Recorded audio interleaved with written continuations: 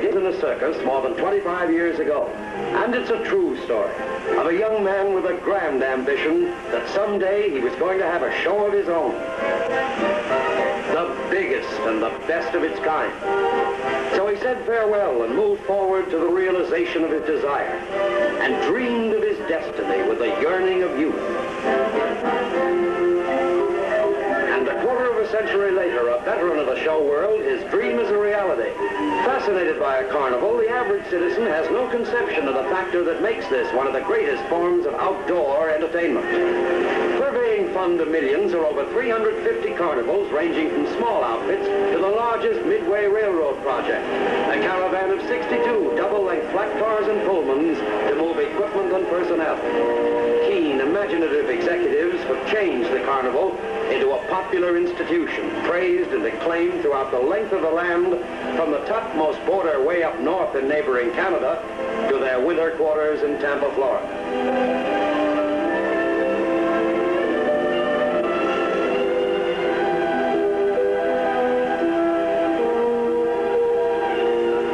Comfortably aboard the train en route from one stand to another during carnival season, these carny people are neither strange nor gypsies. Their children enjoy a normal family relationship, and when they're old enough, attend as good a school as any other child.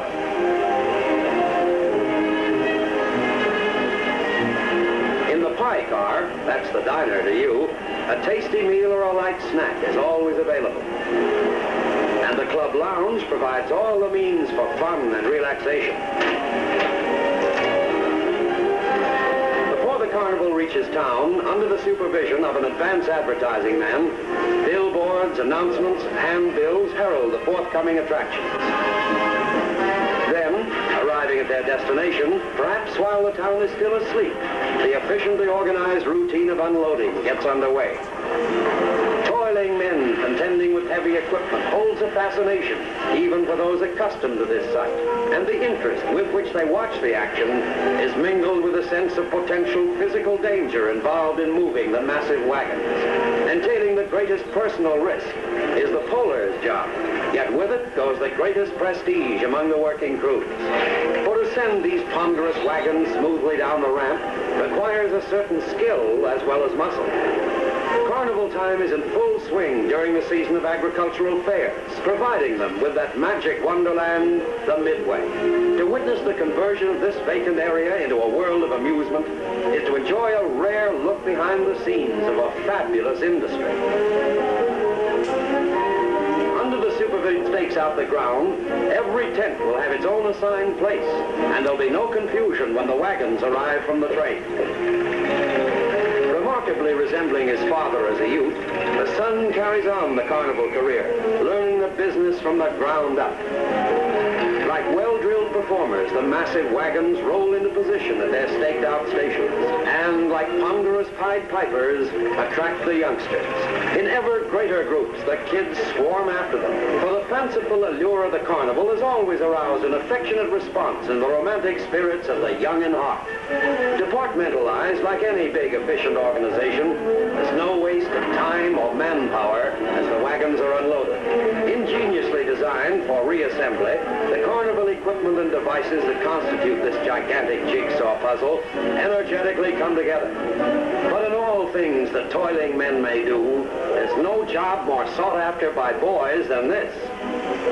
As the king and crown prince of the carnival coordinate the diversified activity of assembly, the project takes root and grows up, and steel towers take shape to stand like fabled giants before the enchanted eye.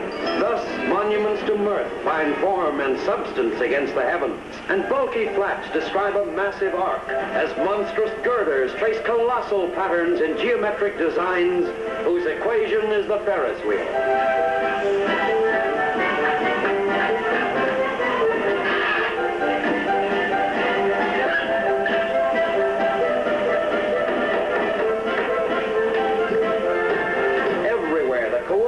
Motion of men at work, whose rhythmic routine is like a ballet of bronze, which strikes a symphonic beat that's the chorus of construction.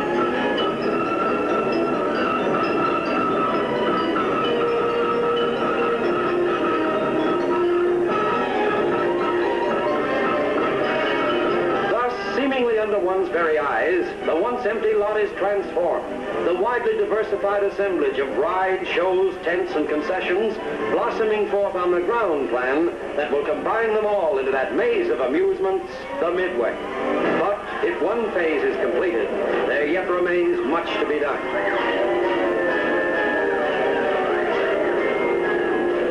Ingeniously packed wagons come mechanical thrill makers as knowing hands assemble strut and hub and wheel to build the rides that'll go round and round for those who like to try 'em and shriek. No matter what the variety of devices the Carney uses, there are always repairs to be made.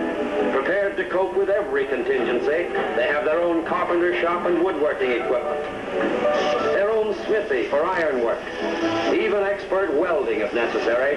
Thus, from skilled craftsmen to talented artisans, complete units function behind the scenes. Such is the highly integrated detail that provides an amazing revelation of what goes on in preparation for the pleasure of the public.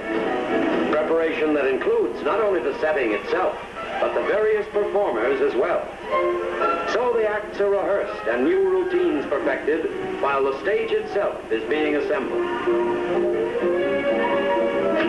For the carnival and its personalities recognize that in addition to gadgets and rides, good acts contribute a large part to the success of the bigger shows.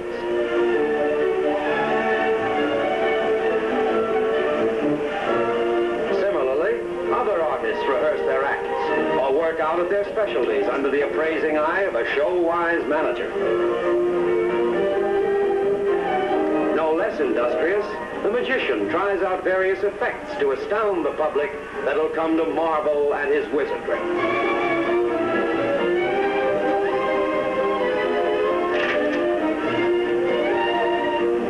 And the bearded lady, who in private life is very happily married to the alligator man, shows her husband the new costume she's designed. Wherever they may be, the carnival has its very own letter carrier to deliver the mail. Meanwhile, the preparations and rehearsals continue unabated. Alluring shows that will draw the public require enterprising showmanship and perfect performances.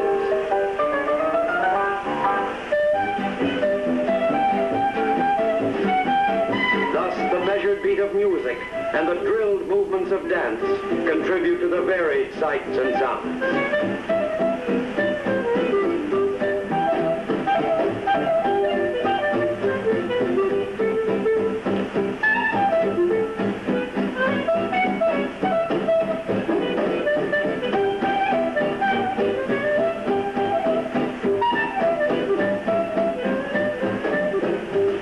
Polish up their routines, so too are the final touches put on everything else.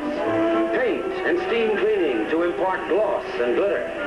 Getting ready for the public, the carnival washes its face and puts on its best front for the company that's coming.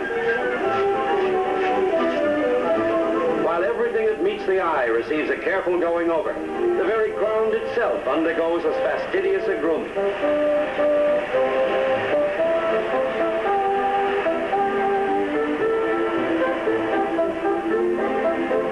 Special crew grades the surface and spreads it out evenly. The water wagon wets down the ground and prepares it for the carload of soft shavings that will form a comfortable carpet underfoot. This is the kind of added touch that is part of the reason why carnivals have continued in popularity. Now, with the completion of this final labor, the show is indeed ready from the ground up. Here, then, is that empty lot transformed, an amusement area assembled by the magic of modern enterprise.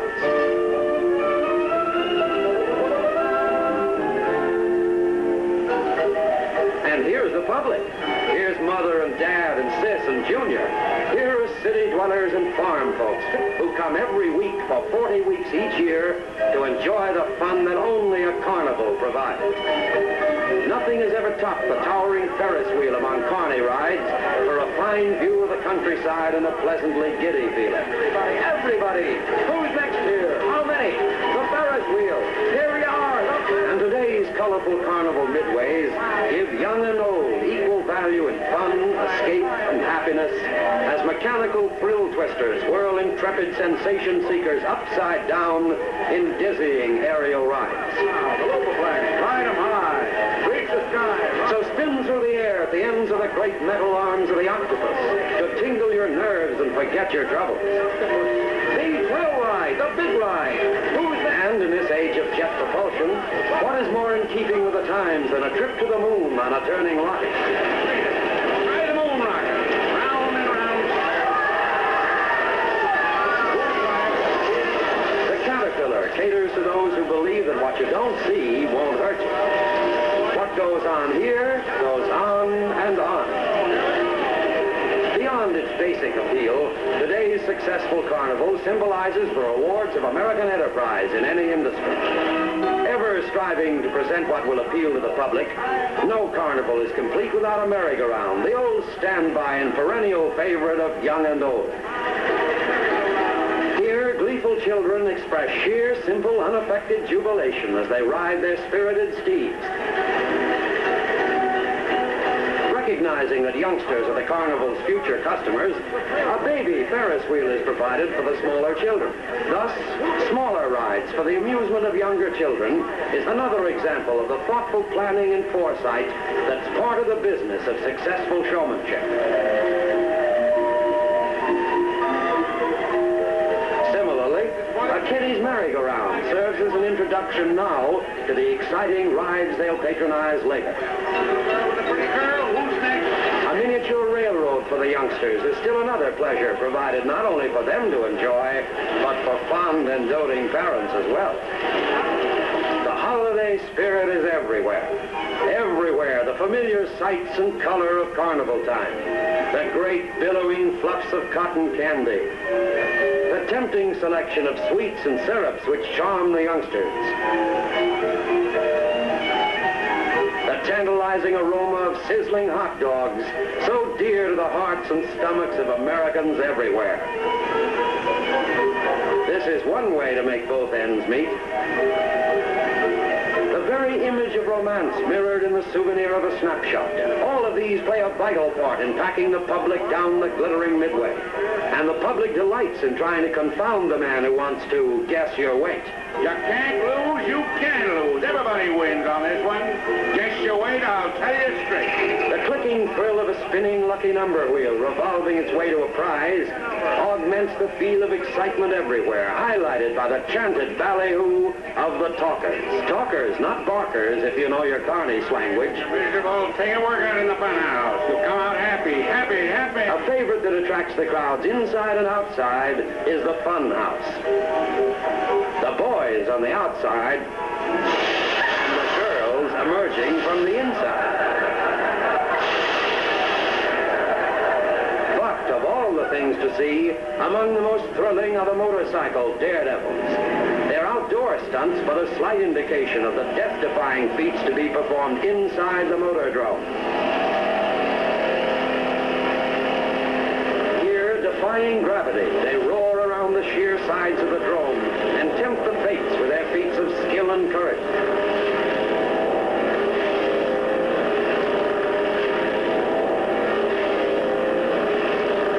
Risking their lives to provide the supreme in suspense as they start to ride the red rim, mere inches making a margin of minimum safety.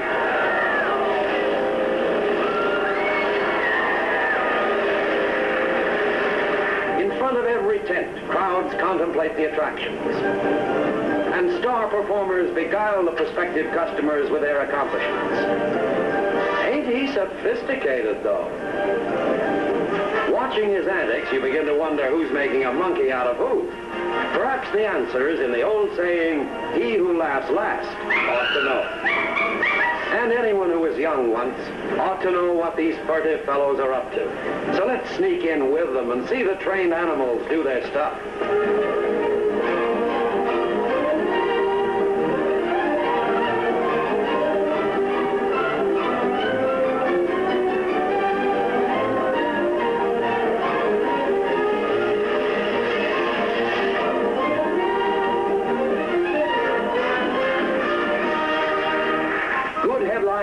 Sideshow attractions and freaks, play an important part in every big carnival, offering human wonders, oddities, and strange features for the gaping, goggle-eyed citizens to behold.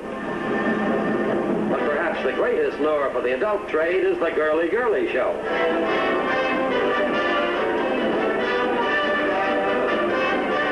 The eloquence of the dip and valley, the combination of spiel and feminine pulchritude, proves that it's still show folks that make the attraction, and that it's the old standbys that serve best.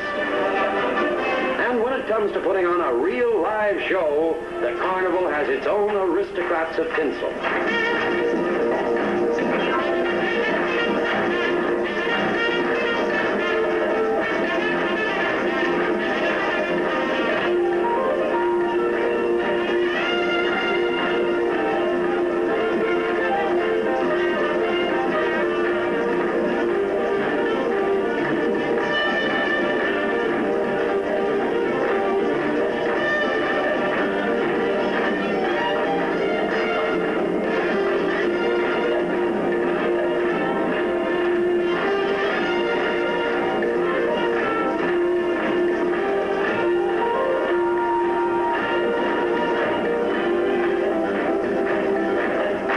Augmenting the daytime glamour, batteries of searchlights throw brilliant beams of 50 million candle power to transform the carnival into a flashing fairyland.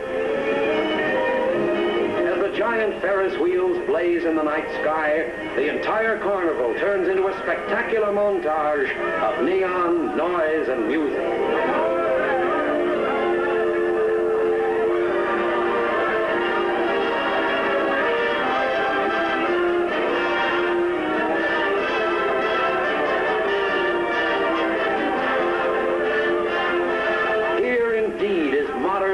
Of man's making, a fantasy for fun lovers in an ever-widening arrangement of color and motion. And as the wonder of this modern playground unfolds, it reveals itself as a vast and complex conception that bewitches the mind and enchants the eye.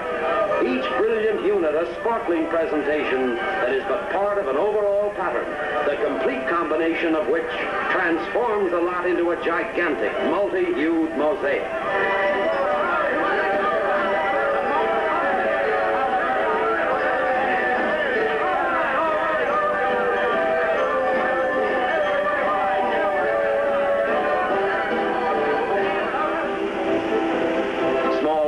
The carnival is acceptable to the largest cities and most exacting fairs.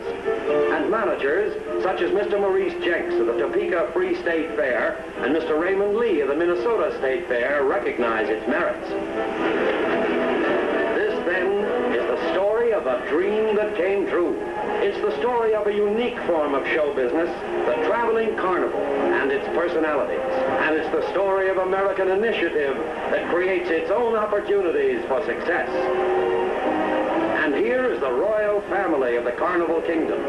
3 generations of the amusement aristocracy, the monarch of the Midway, his son, the crown prince of the carnival, and his grandson, who obviously is the king of them all.